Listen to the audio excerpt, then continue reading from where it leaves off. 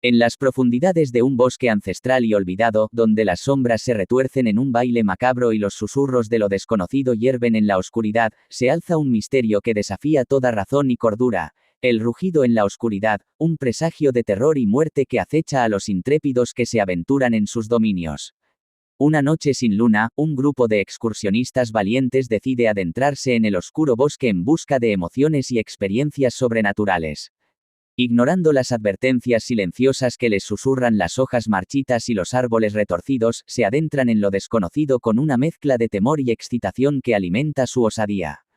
A medida que avanzan por senderos cubiertos de musgo y arroyos murmurantes, los excursionistas sienten la presencia opresiva que los envuelve, una sensación de ser observados por ojos invisibles y acechados por una presencia antigua y maligna.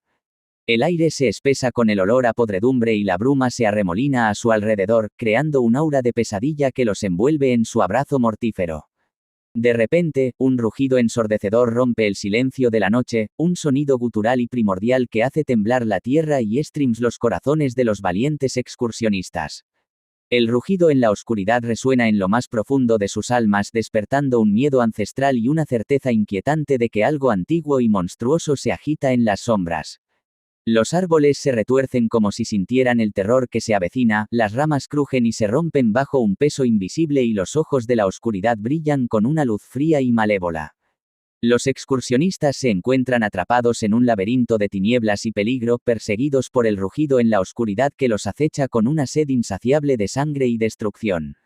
En medio de la desesperación y el caos, los valientes excursionistas luchan por sobrevivir a la furia desatada de la bestia que habita en las profundidades del bosque, enfrentando su destino con valentía y determinación.